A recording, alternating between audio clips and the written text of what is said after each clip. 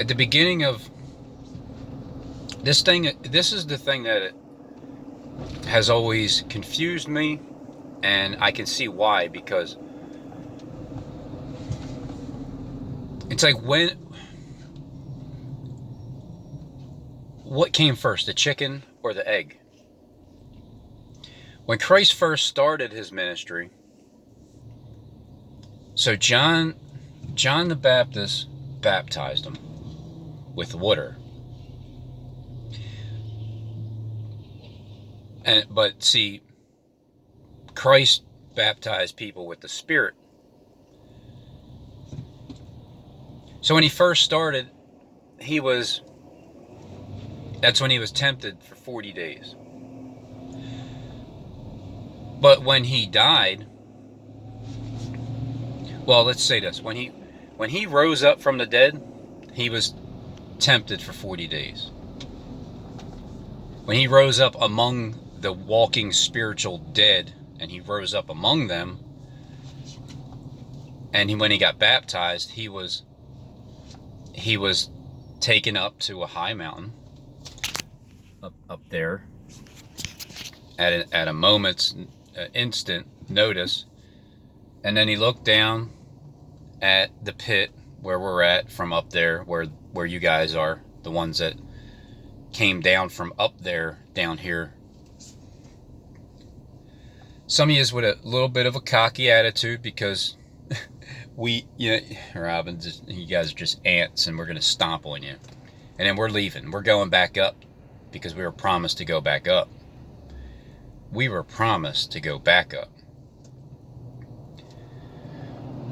Well, things have changed over since 2011 when you guys came down here.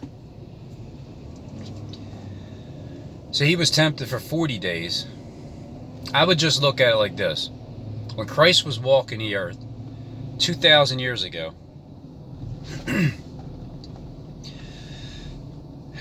Satan took him up. But see, Christ, excuse me, I don't want to cough in your face. Christ knew, obviously, who Satan was. Christ knew that Satan was in Peter.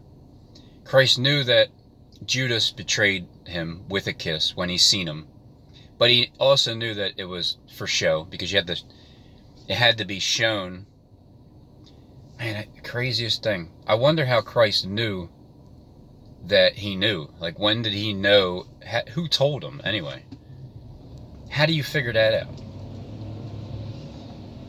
Because when he walked around, like all the movies, I can see why people hate him, because the movies are portrayed like he's walking around like, I am the only begotten son, and I am he, and the woman by the well that told him everything that he possibly did in his entire life.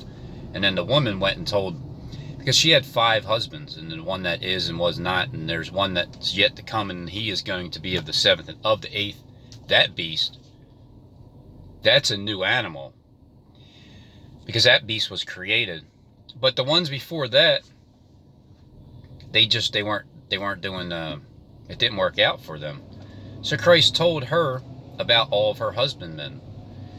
And then once he told her, she's like, I perceive that you are a prophet. And then he's like, if you knew who you were talking to, and you were asking for like this water or something like that, like, you would not be thirsty anymore. And so then she went and told other people, and then they just took a look for themselves, and then they were like, oh yeah, and then other people didn't. So I could see why people hated him, but he was just the first person with the message. I mean, that's the thing. Let's say Christ owned like back then it was equivalent to a newspaper magazine company, and he was the CEO. He gets information from his spirit, and then he writes it down on paper, he prints it, and publishes it, he gets it out there. And his information is true and accurate. Therefore, he's the first person with the information. Then, because he's the first person with the information, The other people that they hate that type of stuff, that there's like jealousy and hatred in their heart, and they're still warring with themselves, because that's all it is. That is it. They're not warring with anybody. They think they're warring with the world, but you're just warring with yourself. So those type of people would be like, oh man, let's kill him. He got the information first, even though it's true, but still, I don't like that he's the first one doing it. He was the first messenger. And then whoever received the message would republish it too. Like, it's no different than getting your information through the source of the internet, like the entire planet. You're able to get all the truth, you're able to get all the lies, and you're able to read between the lines. Because he was the first person with the message, the only begotten Son, and then they're like, oh, you're saying that you're the only begotten Son, and you're God or something. And then he said, doesn't your own scripture say that ye are all gods? All, like, ye all? Because he was just the first one. For the longest time, I didn't even pay attention to the red words. What Christ, I read around it. I read a lot of the Old Testament. I was focusing more on Daniel. And I started to gear myself over to, well, what did Christ even say? Like, what was he doing? And you see that he continually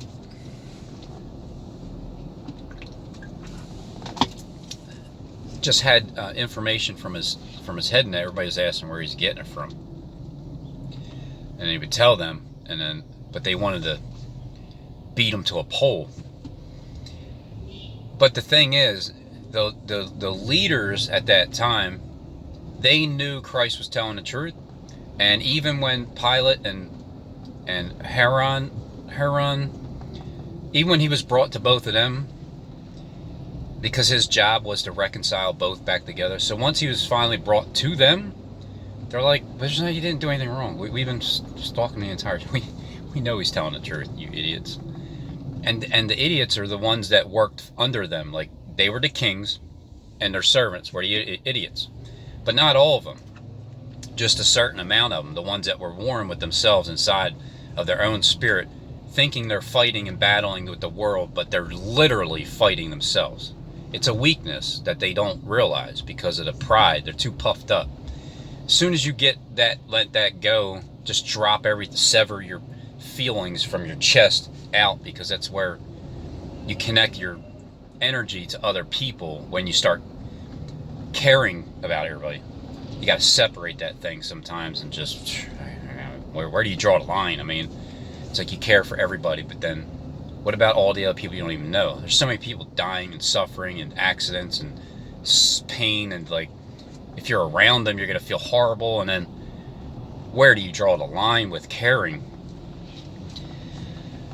Selective caring, I guess. Turn it on, turn it off, because you got to turn it off, or else you're just going to care, and you're just going to walk around heartache all day long because you care about other people and their feelings. So this is what Christ did. He cared about everybody, and they didn't particularly care about him, but then he continued to care. And it's like a dog, where a dog will just keep, not that I beat dogs, I'm just saying, like, if there's a dog, animal that's abused, they just keep coming back because they're filled with love inside. That's the demonstration. So Christ was taken to the highest mountain. He knew that it was Satan, and he knew what the role was at that time, because it's the crossing over, getting nailed to the crossover. It's time for everything to get turned upside down, 180 degrees, the exact opposite of the way things were.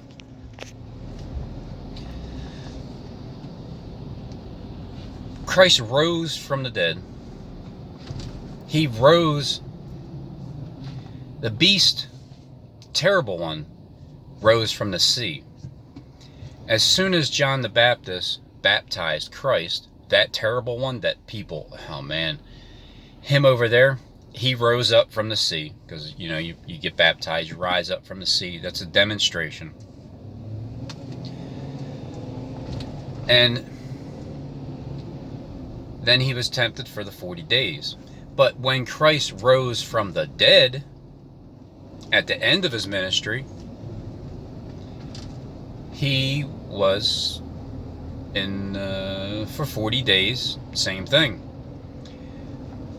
But as you think, and this is where the chicken or the egg or the which one began first, and where are we at now, and why does it feel like it's a continuance where you kind of just step into it as it's the world turns, and then you step out of it and the world continues to turn, and you skate out of there without any injuries whatsoever, because people's perception, this is how the brothers work, and this is why one brother is still has a different interpretation of the other brother, because one of them knows better. Well, both brothers know better, actually, but the one of them knows better because we're at the end. We're not at the beginning. We're at the beginning of another phase, but we're at the end of the main phase. This is the world, the platform, the stage, the entire planet getting ready to get shut down with this virus again. And this time, it's not going to be sweet at all, unless it stops. Because the Antichrist is going to come in, and he plans on having 3.5 years in his heart to continue. That's the plan.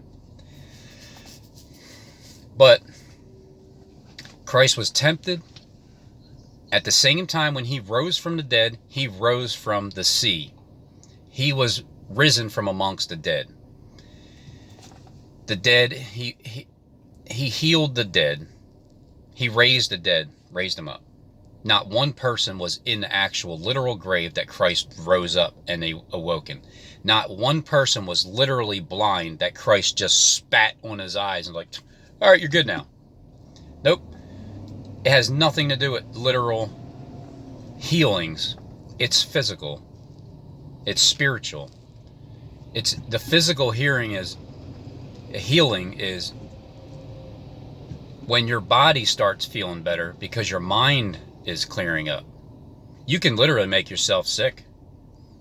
I mean, I'll give my wife for an example. When she thinks too much and she analyzes things over and over and over and over and over, it makes her nauseous to the point of sickness. Then she's like, I feel no, because when I talk to her, I look, I'm talking through people. I remember one thing Derek Bros said, which made total sense to me.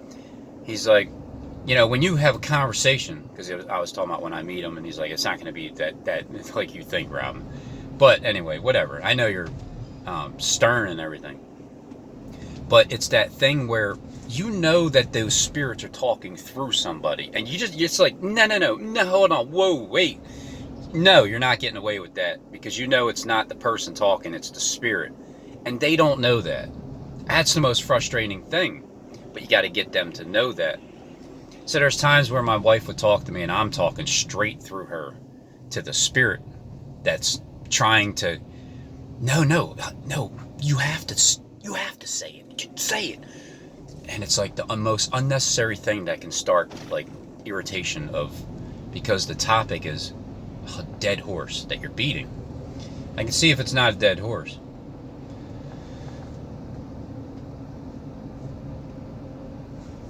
So when Derek said that I'm not going to allow you to like get those those spirits that talk through those people, I completely get it. It's almost impossible to just let it slide. Like, no, it's not happening. Cut it. So he was tempted for 40 days, but at the same time, that temptation from Satan was, at the same time, it's Christ preaching for those 40 days to his disciples, to the people because there's something that happened, like, it's not that his death did anything because to everybody, because there were people waiting there to kill him.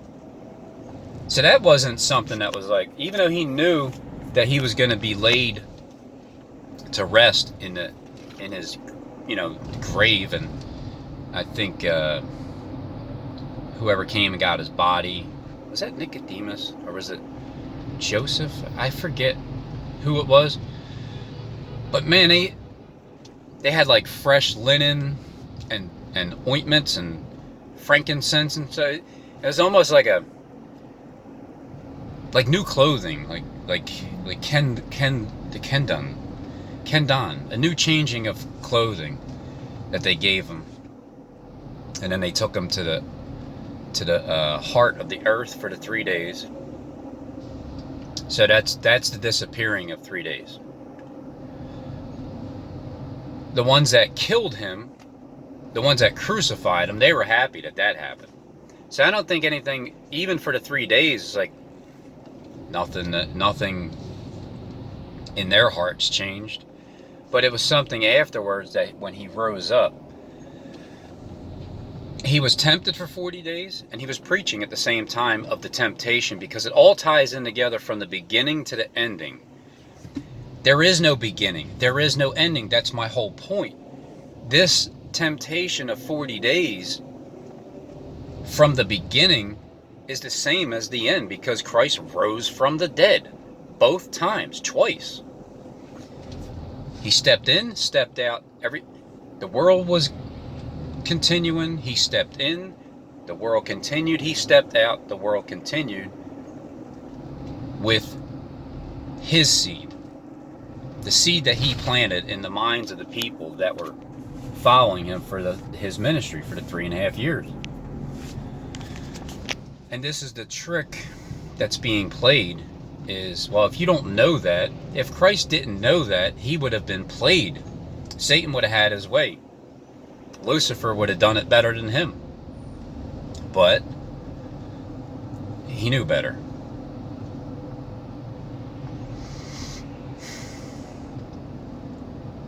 There's times when I read about Christ in Matthew, Luke, Mark, John, whatever, well, no, mainly those four, from the beginning, you almost can't tell, wait a minute, so John the Baptist baptized him, and then he rose from among the dead, because that terrible one rose from the sea, because he was baptized in the sea.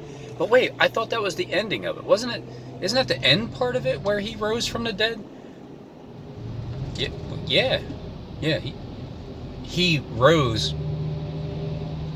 from the dead, the people. Here's the two differences. He rose from the dead in the very beginning when he was baptized by John the Baptist, when he said, make the path straight. So John obviously was paying close attention to Christ, and then he baptized him in the sea, and he rose from among the dead, because everybody there was spiritually dead, and he was there to wake them up. And then when Christ rose from the dead himself, that was when he was put to the silencing act. And then 3 days later, the same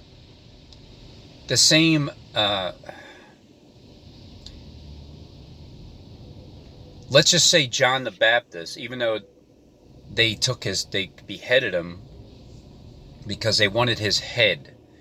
They wanted what was up here in his brain, how he thought, taking the body of John the Baptist. It's the body of Peter, the work of Peter. It's the body of Christ. It's the work that particular individual did, that the body of work is what people wanted. So they wanted John the Baptist's life, because they want his life, the life he has inside of him, the spirit. But if you look at it from, everything can be interpreted this way or that way. It's just the way it is. When you want someone's life, well, you can either look at it as you want their life, you want them dead, or you want their life. The life that they have inside of them, their spirit, you want it.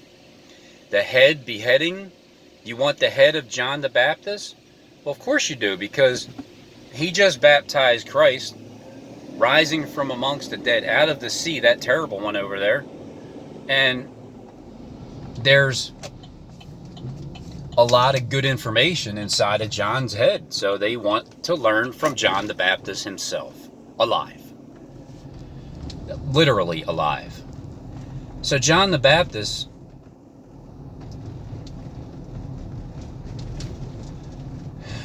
he was still alive the entire time. All the prophets were. Christ, everybody was alive. Blasphemy, Robin. Oh, you need to die. I know. I know, I get it. So here's my theory. John the Baptist is the same person that rose Christ up twice. He rose him up from among the dead when he baptized him in the very beginning, and the same person that baptized him. It's like Satan was. All these characters in the Bible, just because they have a different surname, doesn't mean they weren't the same person. So my theory is the same person that baptized Christ and rose him from amongst the dead in the beginning is the same person that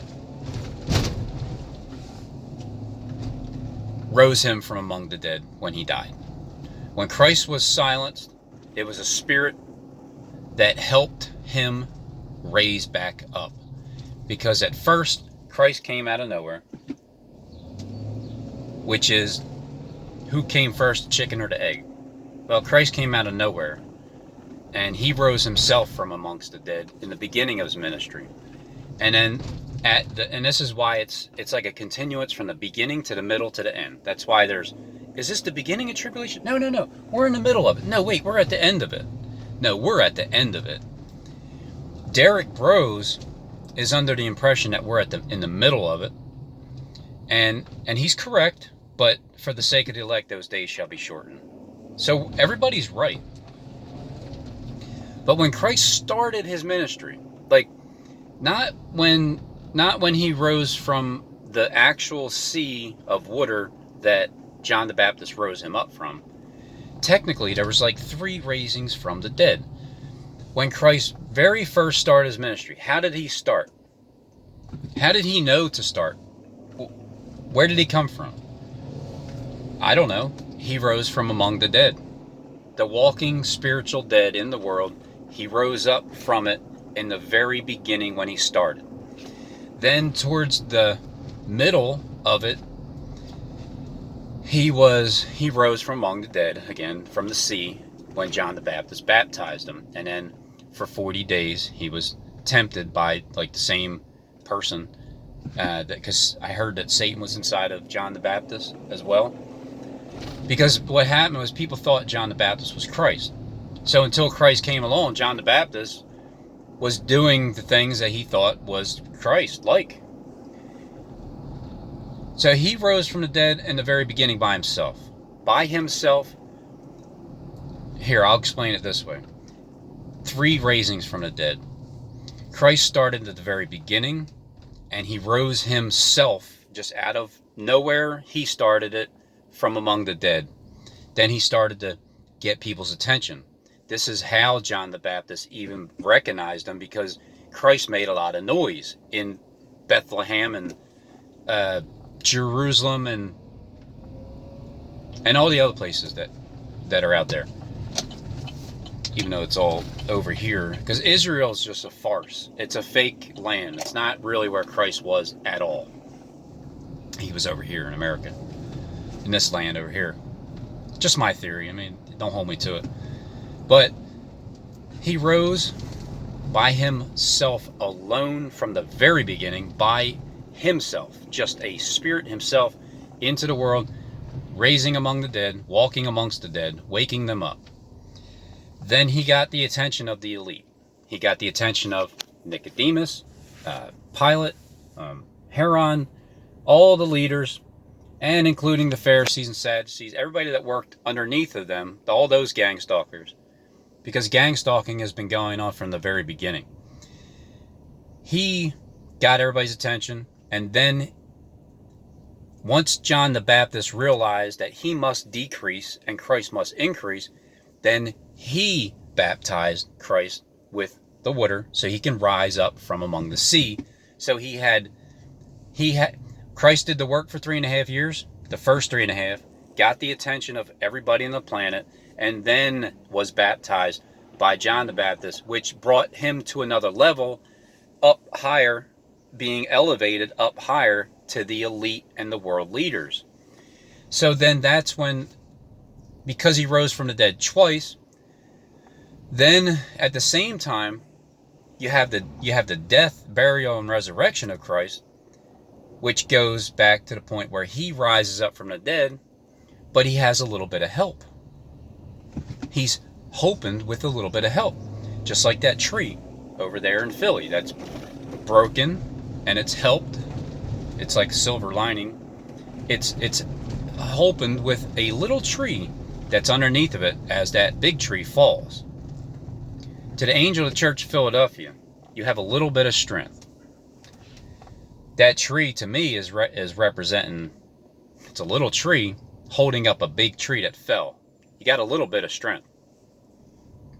Just relax. The tree guys are coming. They're going to fix that thing. So the third part of Christ rising from the dead is him rising himself from the silencing of the world. But did that happen after 3.5 years from the very beginning? Because how did Christ start? From nowhere. Nobody knew him. Nobody could keep track of him. He appeared out of nowhere, and somehow he knew what was going on, especially towards the time where he was crucified. But how did he know what was going on when he was baptized by John the Baptist? Because that seems like it's the halfway point, doesn't it? But at the same time, he was tempted for 40 days right after that. But at the same time, when he rose from among the dead, when he rose up from out of the grave, he was preaching for the 40 days to the elite's children and people and his disciples. And however that happened, they began to believe in him because he was doing the Sermon on the Mount. I see it 3 different ways, because I always wondered, how did he start? He was born of a virgin, Mary. He doesn't even have a father. The Virgin Mary, her husband Joseph, was getting ready to put her away. Like, I'm not dealing with you anymore. Nope. And then he accepted it after the birth. And then that's when I guess they reconcile with each other, something like that. And then in the spiritual world, well, it's a system. You can create a beast by showing a bunch of fakery in the world, and somebody's going to be tired of it, and somebody's going to rise up from among the dead, and somebody's going to expose the entire planet for what it is. Or not. If nobody does, then we continue on to Antichrist rules and reigns, and the ones that work under him, you get your way. If not, if Christ can rise up from the dead and wake you up, then that's not going to happen. So that's why it seems like, oh man, we're getting ready. This is going to last forever. The virus, everything. It's just,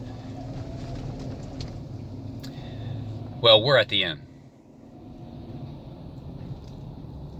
And a word to Jonathan Kleck: do what you want.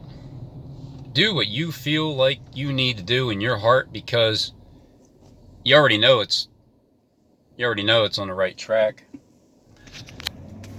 And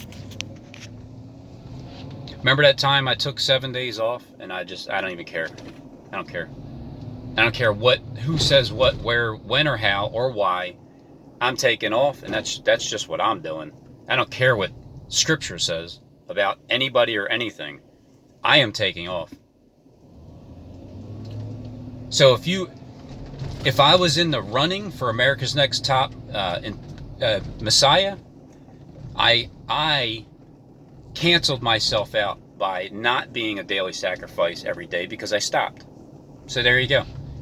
I no longer qualify for that contestant game show that's obviously being played out on the planet that I didn't know about until now. Well, last year. Somewhere, maybe a year and some change. Now, when it comes to protecting people that you know, if you're here and, you know, somebody's going to come up and rape and abuse and murder someone that you know or you're sticking up for, by all means, you have all the right in the world to do your part. Not what another voice is saying to you. Not inside of your head, but outside of your head. If there's another influence that's looking for that spot and that's looking to take over, like the Antichrist, if you hear from the Antichrist, not that he's an anti-Christ, not that he's against Christ, he's been there first. He's the Antichrist. He's in place of Christ. And if Christ doesn't appear, if he didn't appear, then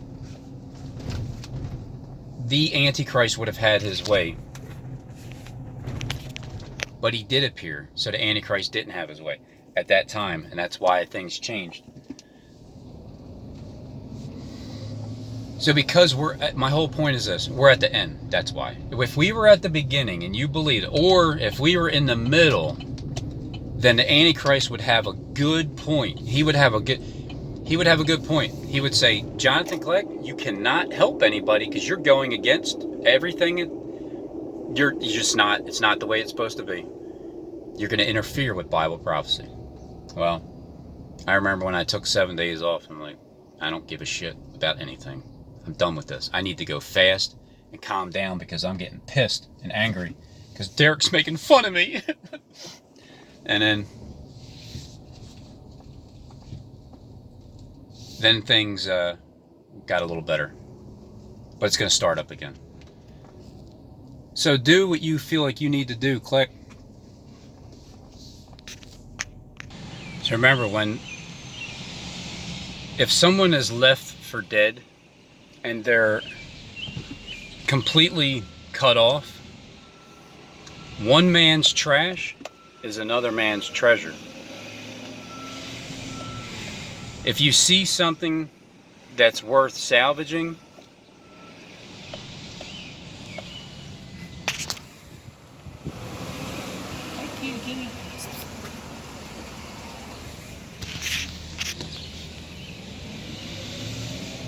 then pick it from the trash.